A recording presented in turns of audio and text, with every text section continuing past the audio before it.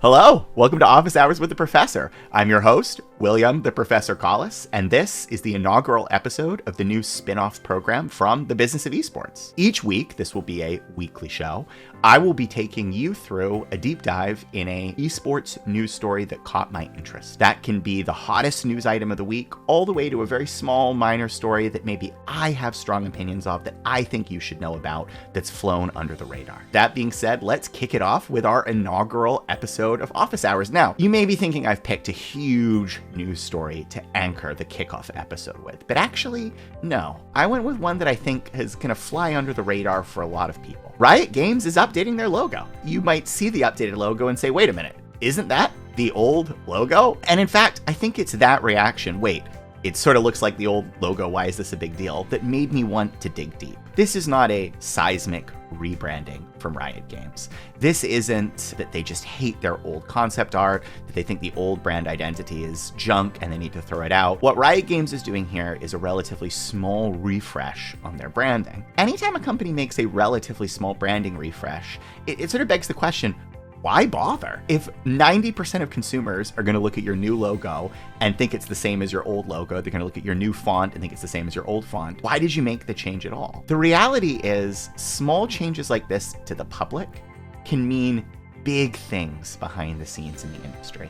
And if Riot feels they need a newer brand, they must feel that there is a corporate reason for that, that something is changing behind the scenes that makes them want to express themselves differently. It makes them want to express their company so differently that they're willing to push out a minor change because they think the tweaks that are happening around the edges here are that important. That has me really interested. So I'm looking at this and I'm saying, okay, Riot, why did you swap your logo? What's going on here? So I think first of all, it's good to look at the old logo and the new logo. I think the old logo is a little more playful.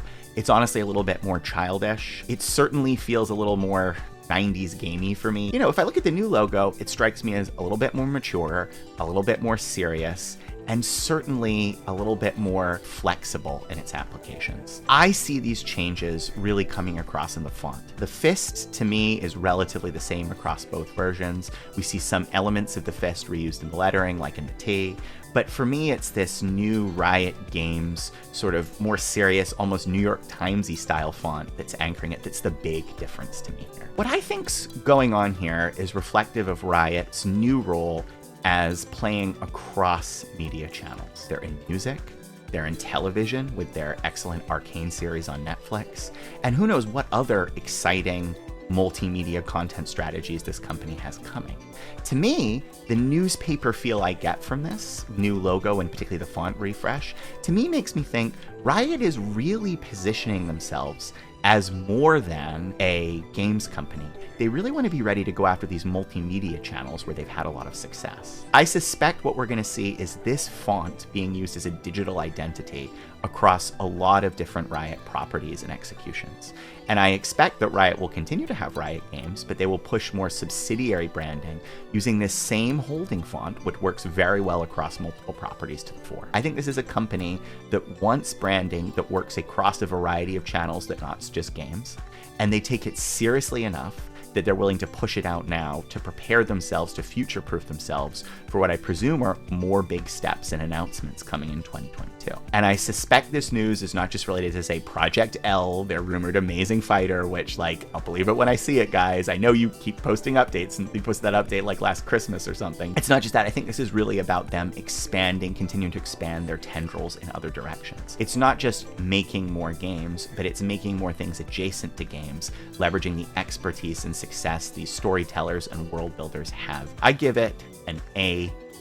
Is the fact that now Riot Games has slightly new font that different? No, it's not. Is the signaling value from Riot that they want to broaden their reach and be able to communicate more meaningfully across a different variety of trades important? Yes, it's very important. And it has me watching Riot Games very, very closely in 2022. If you enjoy this sort of analysis, we'll be doing a lot more of this in office hours, as well as maybe covering some more conventional, groundbreaking stories too.